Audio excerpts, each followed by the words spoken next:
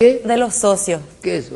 Y ahí donde yo trabajaba, cuando trabajaba para él también, y era todo tan romántico, tan hermoso, porque él es un fenómeno. ¿Qué es lo que es fenómeno? Fenómeno él es. Fenómeno. ¿Qué es lo que es? ¿Que el pichulín No, es un... sunaco que suele salir. Vamos a la cuando- pausa, Guito. ¿Hay algún mensaje? La gente llama, dice...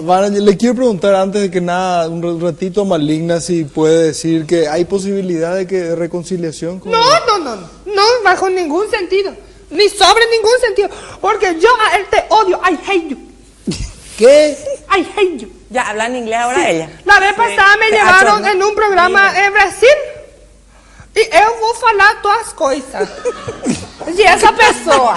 ¿El qué? Eu vou falar tuas coisas. Bueno, vamos a volver, por Esa no favor. es la actitud. Les pido, por favor, un segundito de calma, que enseguida tenemos el despacho de la presidencia de las 3. No te pierdas, ya volvemos.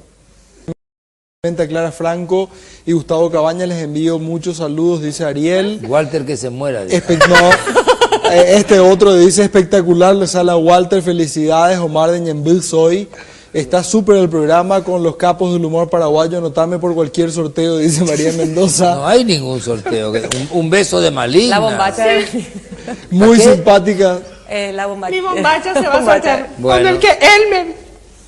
Te vio. Muy Te vio. simpáticas las invitadas de hoy, todos pecamos, no hay que criticar, somos humanos, Dani de Luque. Humberto y a todos, Humberto y a todas las mujeres de Jugo, jajaja, muy lindo el programa y que Lugo se vaya al infierno, soy Marta Agüero de Lambaré. No seas mala, Marta. Saludo. ¿Y por qué los productos no se hacen responsables, de los productores, de los comentarios de esos genios del humor? Saludos de Cazapá, dice Rodney. ¿Y por qué? Mario Guillén dice, está buenísimo el programa, sigan así, Humberto, sos mi ídolo, saludos a las